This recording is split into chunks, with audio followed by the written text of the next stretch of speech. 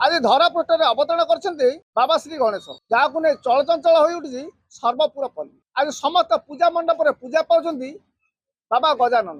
तेरे आसतु सीधा सड़क आलोचना करवा आम सहित कमिटी मान रही बर्तमान पूजा देखा।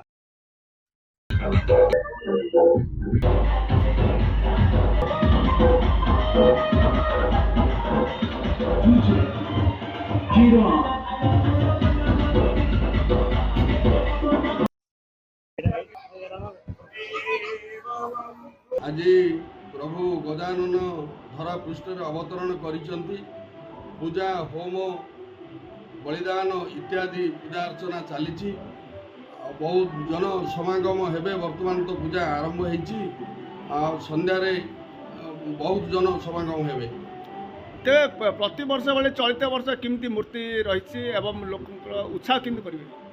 एटे तो आमे 10 वर्ष होला कंटिन्यू करूचु। सब वर्ष ठू ए वर्ष विग्रह बहुत बड़ विग्रह होती। साज सजा तार तोरण बहुत सुंदरपूर्ण भाव जोटा तो आपण देखुवे बहुत भल हो वर्ष। वर्षा वर्षी नहीं पाग भल अच्छी।